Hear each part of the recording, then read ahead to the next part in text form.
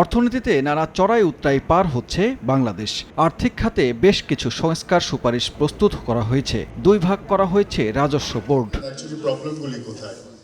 রাজধানীর একটি হোটেলে ইকোনমিক রিফর্ম সামিটের প্রথম দিনে আলোচনা হয় অর্থনীতির সংস্কার প্রসঙ্গ। এতে উঠে আসে বড় প্রকল্প বা ব্যাংকিং খাত সহ সব খাতে দুর্নীতির ইস্যু। প্রতিষ্ঠানের স্বচ্ছতা ও জবাবদিহি নিশ্চিতের তাগিদ দেন আলোচকরা। নতুন বাংলাদেশ গড়তে হলে, বাংলাদেশের সামনে নিয়ে যেতে হলে আমাদেরকে সবাইকে আসলে পুরনো ধ্যান ধারণা ভেঙে সামনে এগিয়ে না গেলে হয়তো আমরা নতুন দিন এবং আশার বাংলাদেশ, সুন্দর বাংলাদেশ গড়ার পথে অগ্রসর হতে পারবো না। বৈষম্য যেন না হয় এমন বাংলাদেশ প্রতিষ্ঠা করার জন্য, এমন ব্যুরোক্রেসি তৈরি করার জন্য, এমন পাবলিক সেক্টর রিফর্মের জন্য আমরা কাজ করে যাচ্ছি। পরামর্শ আসে বিডা ও বেজাকে কাজে লাগিয়ে বিনিয়োগের পরিবেশ সৃষ্টি করে কর্মসংস্থান তৈরির। আলোচকরা বলেন, বৈশ্বিক প্রতিযোগিতায় টিকে থাকতে নতুন নতুন বাণিজ্য কৌশল নিতে হবে। মূল্যস্ফীতি নিয়ন্ত্রণে রেখে বিনিয়োগ কর্মসংস্থান সৃষ্টিকে চ্যালেঞ্জ হিসেবে দেখছেন তারা। সারাক্ষণই বিদ্যুৎ উৎপাদনের দিকে নজর দিয়েছে।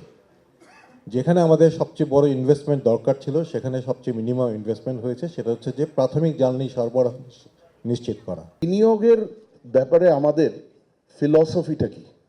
সেই বিনিয়োগের আমরা কি জব লেড ইনভেস্টমেন্ট চাচ্ছি নাকি জব লেস? ফিনান্সিয়াল সেক্টর নিয়ে কথা বলছি, আমরা লজিস্টিক নিয়ে কথা বলছি, কিন্তু ডিমান্ড সাইড নিয়ে আমরা কথা বলছি না খুব বেশি। মানে ইনভেস্টররা এসে বাংলাদেশে কোন জায়গাটা ইনভেস্ট করবেন। একটা ফ্যাসিলিটেটর রোল প্লে করতে হয়, তাহলে কিন্তু আপনার গভর্নমেন্ট স্ট্রাকচারটাকে, পুরো ব্যুরোক্রেসি কিন্তু মাইন্ডসেটে চেঞ্জ আনতে হবে। অর্থনৈতিকভাবে ঘুরে দাঁড়াতে নতুন কৌশলের কথা জানান বিএনপির স্থায়ী কমিটির সদস্য আমির খসরু মাহমুদ চৌধুরী। বলেন, গণতান্ত্রিক অর্থনৈতিক মডেল তৈরি করতে চায় বিএনপি। আপনাদের ক্যাপাসিটি বিল্ডিং আপনারা করেন।